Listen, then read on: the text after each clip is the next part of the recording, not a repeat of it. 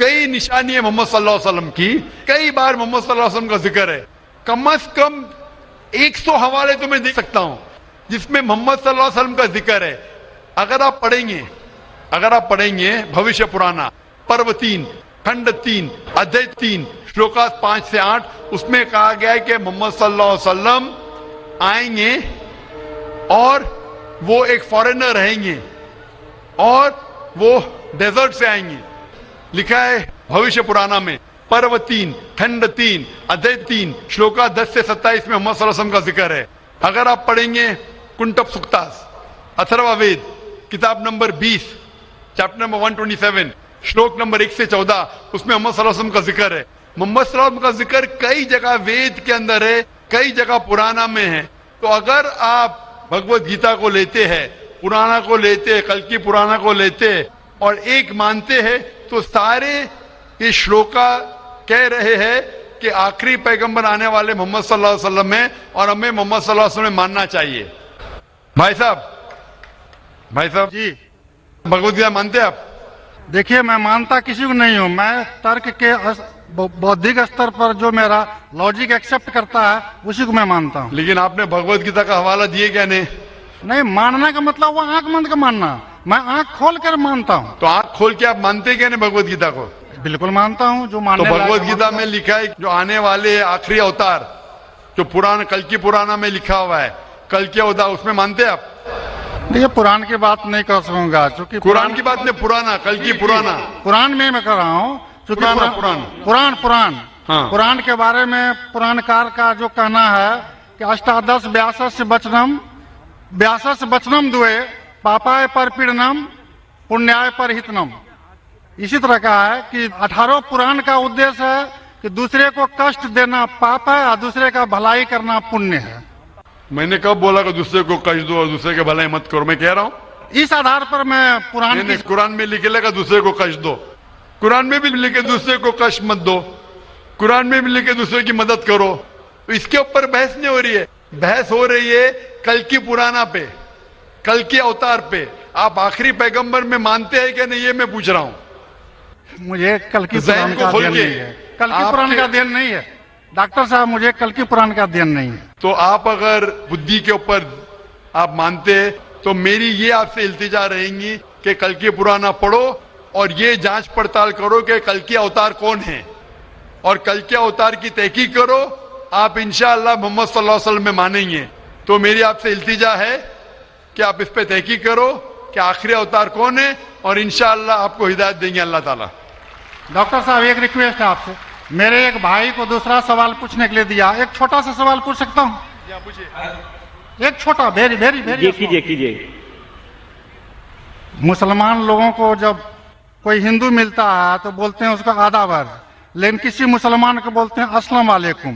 مجھے لگتا ہے کہ ایک مسلمان ہندو اور مسلمان کے بیچ بھید بھاؤ کرتا ہے. کرپیا آپ اسپشٹ کیجیے اس کو. بھائی صاحب کا سوال ہے کہ اگر کوئی مسلمان ہندو سے ملتا ہے تو آداب عرض کرتا ہے, اگر کوئی مسلمان سے ملتا ہے تو السلام علیکم کہتا ہے, تو ہندو مسلمان میں بھید بھاؤ کیوں؟ بھائی صاحب ہندو مسلمان میں بھید بھاؤ تو رہے گا, میں آپ کے سوال کا جواب دوں گا, کیونکہ ہندو اور مسلم ہے, لیکن ایک دوسرے کا ساتھ دینا چاہیے اور ایک دوسرے کو سمجھنا چاہیے. پہلے بھائی صاحب جس نے سوال کیا تھا انہوں نے مجھے آداب کہا تو میں نے ان سے کہا السلام علیکم, کہا کہ نہیں؟ جی کہا نا. ہندو نے مجھ سے کیا کہ آداب کہا کہ نہیں؟ میں نے ان سے سلام کہا کہ نہیں؟ جی میں غور کیا تھا. غور کیا, ماشاء اللہ. لیکن تو غور کیا تو کہا کیوں نہیں کہ آپ نے ایسا نہیں کہا؟ وہ ہندو بھائی نے مجھے آداب کہا. ڈاکٹر صاحب جی ہاں, you are not only one Musliman, I see lakhs of Musliman, but this quality find only in you. only in me, ماشاء اللہ. Only in you. بھائی صاحب کہہ رہے کہ وہ خود مسلمان کو جانتے, صرف مجھ میں دیکھا کہ میں نے سلام کہا. جی اس کی وجہ یہ ہے کیونکہ علماء میں اختلاف ہے کہ آپ غیر مسلمان کو سلام کر سکتے کہ نہیں. پہلا یہ جان لے السلام علیکم کی معنی کیا ہے. السلام علیکم کی معنی ہے کہ آپ پہ سلامتی ہو. السلام علیکم ورحمۃ اللہ وبرکاتہ, آپ پہ سلامت رہے, رحمت رہے اور برکت رہے. نا اس میں اختلاف ہے مسلمانوں میں, مسلمان علماء میں, کہ آپ غیر مسلمان کو سلام کر سکتے کہنے غیر مسلمان کے سلام کا جواب دے سکتے، اس میں اختلاف ہے. کیونکہ ایک حدیث ہے جس میں اللہ کے رسول فرماتے ہیں، کیونکہ ایک حدیث ہے جس کے اندر یہود لوگ مسلمان کو کہتے السلام علیکم. السلام علیکم کا معنی آپ پہ موت ہو، سام کے معنی موت، السلام علیکم آپ پہ موت ہو. تو اللہ کے رسول نے فرمایا آپ کو علیکم ان پہ بھی. تو یہ حدیث ہے، صحیح حدیث ہے.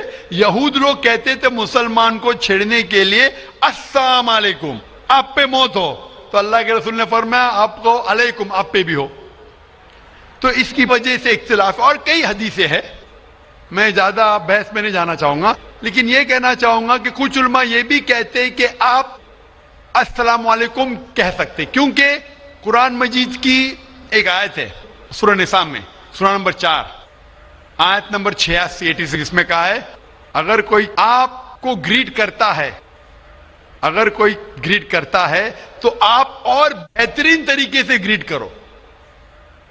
اگر کوئی آپ کو گریٹ کرتا ہے اور بہترین طریقے سے گریٹ کرو، یا کم از کم اتنا. تو اگر کوئی السلام علیکم کہتا ہے مجھے کہنا چاہیے وعلیکم السلام ورحمۃ اللہ.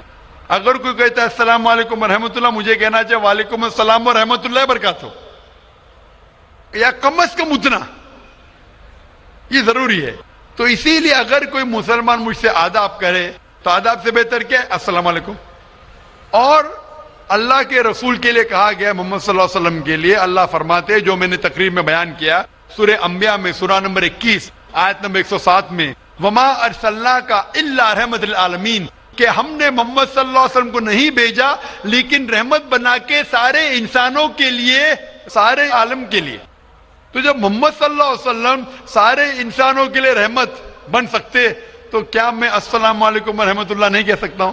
تو اس بنیاد پہ علماء کا اختلاف ہے کہ السلام کہہ سکتے. کہنے میں ان علماء میں مانتا ہوں جو کہتے ہیں کہ آپ غیر مسلمان کو سلام کہہ سکتے اور جواب بھی بہترین دے سکتے. اسی لیے جب بھائی صاحب نے کہا آداب تو میں نے کہا السلام علیکم، کہ میرے حساب سے السلام علیکم اور بہتر ہے، آداب سے بہتر ہے السلام علیکم، کہ آپ پہ سلامتی ہو، رحمت ہو اور برکت ہو. تو بھائی صاحب میرے نزدیک غیر مسلمان کے لیے سلامتی چاہنا اچھی چیز ہے، اور اسی لیے میں آپ کے لیے سلامت چاہتا ہوں بھائی صاحب. بھائی صاحب A lot of thanks to you, sir. میں سلامت چاہتا ہوں، اور لیکن صرف منہ سے نہیں، میں چاہتا ہوں عمل سے آپ سلامتی پاؤ. اسی لیے میں کہتا ہوں کہ تحقیق کرو کل کے اوتار کے بارے میں، آخری پیغمبر کے بارے میں، محمد صلی اللہ علیہ وسلم کے بارے میں، تو آپ کو سلامتی اس دنیا میں رہیں گے اور آخرت میں بھی انشاءاللہ. تو یہ تھی دوستو آج کی ویڈیو. امید کرتا ہوں آپ لوگوں کو ویڈیو اچھی لگی ہوگی. اس ویڈیو میں ڈاکٹر ذاکر نائک سے سوال کیا گیا کہ جیسے ہندوؤں میں، پہلے تو انہوں نے کہا کہ میں کوئی دھرم نہیں مانتا، نہ مسلمان نہ ہندو، لیکن وہ بیسیکلی ہے ہندو تھے، لیکن بعد میں انہوں نے جو ہے اس چیز پہ جو ہے انکار کیا ہے. تو اس لیے وہ کہتے ہیں کہ جی میں کسی کو بھی نہیں مانتا. تو میں جو ہے نا وہ آپ کو ایک مثال دیتا ہوں. جیسے کرشن بھگوان ان کے ہندوؤں کے، انہوں نے کہا ہے جی کہ ہر دور میں جو ہے وہ ایک نبی آئے گا اس کی جو ہے وہ برائیاں ختم کرنے کے لیے یا پیغام لے کے. تو آپ لوگ کیوں کہتے ہیں کہ حضرت محمد صلی اللہ علیہ وسلم آخری نبی ہیں؟ اگر مطلب وہ آخری نبی ہیں تو پھر آگے جو اتنی زیادہ مصیبتیں مشکلات آئیں گی تو وہ مطلب کیسے ہینڈل ہوں گی؟ تو اس کے جواب میں ڈاکٹر ذاکر نائک نے جو ہے وہ بڑا اچھا سا جواب دیا. انہوں نے ذکر کیا کل کی اوتار کا. اب کل کی اوتار ہے کیا؟ اور یہ آج کل بہت زیادہ ٹرینڈنگ پہ ٹاپک جا رہا ہے. تو مطلب اس کا اب ٹرینڈنگ پہ اس لیے جا رہا ہے کہ یہ انڈیا میں ایک پنڈت ہے.